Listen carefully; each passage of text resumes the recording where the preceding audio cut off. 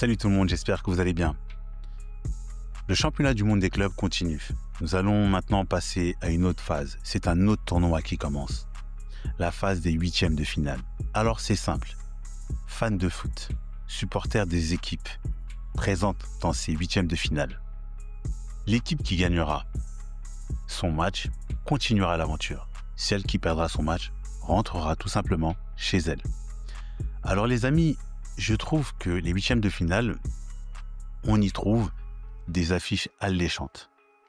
Juve Real Madrid, Manchester City contre Al Hilal, on a un Paris Saint-Germain contre l'Inter Miami, on a un Chelsea Benfica. Sincèrement les amis, il y a de quoi je pense passer du bon temps en regardant de super matchs de football, en espérant qu'on nous propose du beau jeu. J'aimerais revenir également sur le match qui s'est déroulé entre la Juventus de Turin et Manchester City. Sincèrement, je ne m'attendais pas à ce score-là de 5-2 pour Manchester City. Fan de foot, fan de cette équipe de City, je pense que vous avez dû apprécier le niveau de jeu qu'a proposé cette équipe de Manchester. On a l'impression que Manchester City est de retour. C'est vrai que c'est encore trop tôt. On verra la suite dans cette compétition. Ils vont jouer d'ailleurs contre Al Hilal, un match qu'il va falloir regarder attentivement. Je pense que Al Hilal a ses chances à ce stade de la compétition. Sur un match, tout est possible. Mais ce Manchester City est impressionnant. Pourtant, c'est une équipe qui a beaucoup souffert cette saison, qui a fini loin du leader de Liverpool dans le championnat anglais. Ce Manchester City dans ce tournoi est assez intéressant dans le jeu. C'est un club qui a recruté intelligemment et aujourd'hui qui ont des joueurs qui leur rendent bien sur le terrain, et au niveau de la qualité de jeu, on a l'impression de retrouver le Manchester City d'il y a quelques années quand il dominait l'Europe.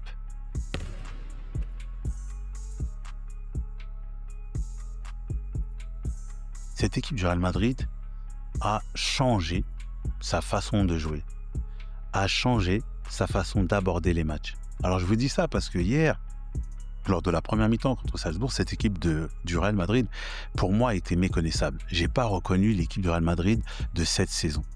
Ils ont un nouveau coach, comme je vous l'ai précédemment dit, qui fait un travail où il insiste sur des bases essentielles. Le pressing, le contre-pressing, bien défendre, jouer en équipe. En fait, j'ai l'impression que cette équipe du Real Madrid prend plaisir à jouer ensemble. En tout cas, c'est ce qu'ils ont montré hier contre Salzbourg. Le Real Madrid ne nous a pratiquement jamais proposé ce genre d'attitude sur le terrain. On a l'impression que c'est une équipe qui a souvent brillé de par ses individualités. En général, c'est ce qui s'est passé dans leur histoire, surtout dans ces 5 dernières années. Mais là, j'ai l'impression que ce club a décidé de l'apporter à un autre football. Peut-être un football moderne, où ça demande beaucoup d'ébauche d'énergie. Ce Real Madrid, face à Salzbourg, en a fait qu'une bouchée. 3-0. En fait, ils ont été dans le contrôle. Ils ont été dans la maîtrise du jeu. Ils ont géré le tempo du match, du début à la fin. La première mi-temps a été une mi-temps aboutie. La seconde mi-temps a été un peu plus poussif. C'est vrai qu'ils ont légèrement baissé de pied. Ils menaient déjà assez bien au score. Et ils étaient plus dans la gestion. Ils ont su faire le dos rond, mais ça leur a quand même pas empêché de marquer un 3e but par Gonzalo. Gonzalo a réalisé une grande prestation. Il a été partout. Que ce soit offensivement, défensivement, il faisait les efforts pour venir aider ses coéquipiers. Et c'est une chose qu'on n'a pas trop vue cette saison au Real Madrid. On avait l'impression que les joueurs jouaient chacun pour eux. Et vous savez, dans le football moderne, si vous jouez seul, si vous ne jouez pas en collectif, c'est très compliqué d'obtenir des résultats. Vous en obtiendrez, mais peut-être pas régulièrement. Parce qu'à un moment donné, l'individualité ne fait pas tout. On peut gagner souvent, c'est comme dans tout dans la vie, en groupe, en équipe. Après, il y aura toujours des fulgurances, des génies dans ce groupe, dans cette équipe, notamment comme Vinicius Junior qui a réalisé une grande prestation. J'ai cru voir le Vinicius d'il y a 2 saisons, lorsqu'il remporte la Ligue des Champions et qu'il est buteur d'ailleurs en finale. Ce Vinicius d'hier a été vraiment dans tous les bons coups, même s'il s'est procuré des occasions franches qu'il n'a pas à concrétiser. Mais il a été dans tous les bons coups offensivement. Vinicius s'est mis à courir, à beaucoup courir. Je pense qu'à la fin, il a même fini carbo. J'ai aimé l'attitude. de beaucoup des joueurs du Real Madrid. Ils ont tous été à la hauteur en termes d'attitude, en termes d'engagement. Alors que ce soit Bellingham qui a réalisé une prestation gigantesque, Bellingham qui recule justement d'un cran, c'est un monstre. C'est tout simplement un monstre. Parce qu'il a le jeu devant lui et c'est beaucoup plus facile pour lui de trouver ses partenaires en attaque. D'ailleurs, c'est lui qui va transmettre un ballon dans la verticale à Vinicius qui va inscrire le premier but pour le Real Madrid. Et que dire de Federico Valverde, que j'ai trouvé en jambes, que j'ai trouvé en pleine forme, qui marque également un but contre le Salzbourg sur une passe décisive de Vinicius. Sincèrement, cette équipe de Real a été extraordinaire. Arda Güler, qui joue au milieu de terrain, lui aussi, qui a souvent été malmené la saison dernière en jouant une fois à droite, une fois à gauche. En fait, c'est simple. Quand on le voit aujourd'hui, Arda Güler, c'est un milieu de terrain, point barre. Parce que je pense que en jouant à son poste, il va éclairer le jeu du Real et il va beaucoup apporter, notamment à travers sa qualité technique de passe, qui est hallucinante.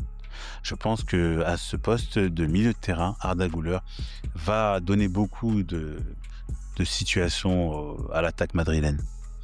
J'ai une pensée aussi pour Aurélien Tchouaméni qui a réalisé une prestation en défense XXL. Il a été solide, il a été concentré jusqu'au bout et il a été un mur infranchissable. Si, bon, il s'est fait passer une fois où ça a été très chaud pour le Real, mais en dehors de ça, il a fait son match. J'aimerais souligner également Fran Garcia qui a réalisé une prestation excellente sur son côté gauche, que j'ai trouvé d'ailleurs très juste techniquement également.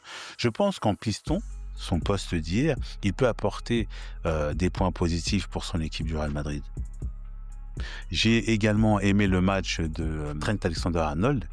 C'était un match correct. Il est encore dans la retenue. Il ne connaît pas tous ses coéquipiers car il vient d'arriver cette saison en provenance de Liverpool. Mais je pense qu'au fil de figurer dans la feuille de match et de jouer les matchs, il va se lâcher un peu plus et on aura un grand Trent Alexander-Arnold sur le côté droit du Real Madrid. Et que dire de l'entraîneur Xabi Alonso qui est l'orchestre de toute cette qualité de jeu qu'on a pu savourer hier. Xabi Alonso qui sait ce qu'il veut, il est venu avec une philosophie et je pense que si les joueurs du Real Madrid qui sont déjà si forts individuellement arrivent à adhérer au projet et que ça en devient un groupe collectif, je pense que ce Real Madrid peut faire du mal à beaucoup d'équipes la saison prochaine. Et n'oubliez pas, nous serons bien présents pour les 8e de finale de ce fameux tournoi de Coupe du Monde des clubs. Je ne commenterai pas malheureusement tous les matchs parce que je ne pourrai pas, mais je ferai le nécessaire pour commenter les grandes affiches. Voilà. Les amis, merci encore et prenez soin de vous. N'hésitez pas à liker les vidéos et surtout à vous abonner. Merci.